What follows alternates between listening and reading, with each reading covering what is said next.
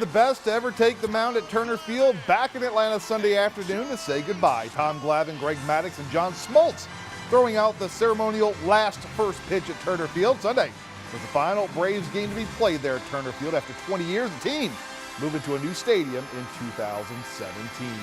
Good evening, sports fans. There will be no postseason for the Atlanta Braves. We've known that for quite a while now, but the team certainly giving fans something to look forward to next season. Heading into Sunday's final game, the Braves had won 11 of their last 13 games. And how about this? A victory over Detroit on Sunday would see the Braves win total surpass last season's total of 67 victories.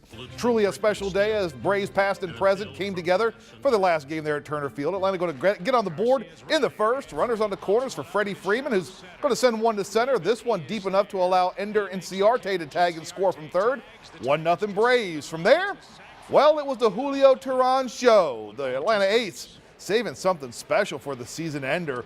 One after another, Teheran would sit down the Tiger batters. When all was said and done, Teheran would tie a career best with 12 strikeouts.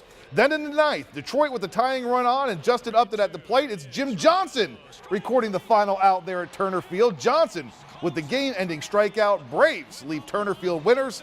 They blank the Tigers 1-0 the final.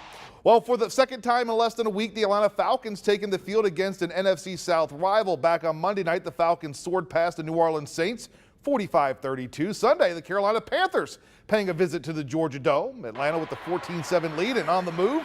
Matt Ryan going to load up and hit Julio Jones. This passing catch goes for 53 yards and would lead to a field goal. It was Falcons on top 17-7. Second half, 17-10 game. Ryan going to find the always dangerous Austin Hooper. Hooper wide open. Hooper makes the catch. Hooper scores the touchdown, 24-10.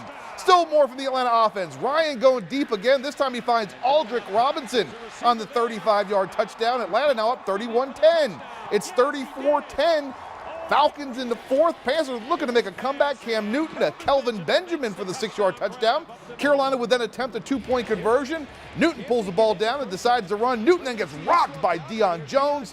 Newton still manages to pick up the 2-point conversion, but he would be shaken up, taken to the locker room. Later in the fourth, now just a 34-26 ball game here though. Falcons going to put it away. Ryan hits Julio Jones over the middle, and Jones, well, we know he runs very, very fast. This touchdown, 75 yards in all. The Atlanta offense goes off again.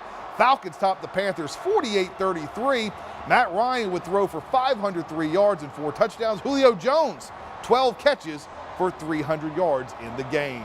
Jacksonville Jaguars, they were facing the Colts in London, England. Jags grabbing the 7-0 lead. They do so on the short touchdown pass from Blake Bortles to Allen Robinson. Going to fast forward to the fourth quarter. Jacksonville up 10, but here come the Colts. Andrew Luck to T.Y. Hilton for the touchdown. The Jaguar lead down to 3. Well, right back comes Jacksonville. Bortles going to find Allen Hurns. Hurns going to pick up some nice blocks there down the middle of the field. Proceeds to take it the distance for the touchdown. Jaguars win this true road game. 30-27 the final from London.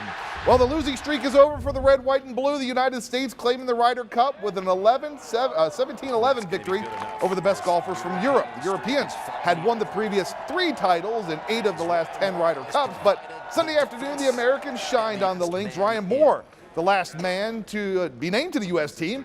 High captain and Sea Island's own Davis Love III won the singles match, one up against Lee Westwood to clinch the win for the Americans. The University of South Carolina Beaufort women's soccer team surging as they head into the month of October. The Sand Sharks, winners of their last 2 matches, looking for their 3rd consecutive win Sunday as they welcome Florida Memorial to Finland Stadium. This one scoreless till late in the first half. That's when USCB would grab the lead. Daniela Borjas tracking down the ball. Keeper comes out. That's trouble. Borjas sends the ball into the back of the net, 1-0. Second half, doesn't take the home team long to extend their lead. Haley Pena going to make a run. She makes a move and then proceeds to find the twine. The goal coming less than 3 minutes into the second half. 2-0 Sand Sharks.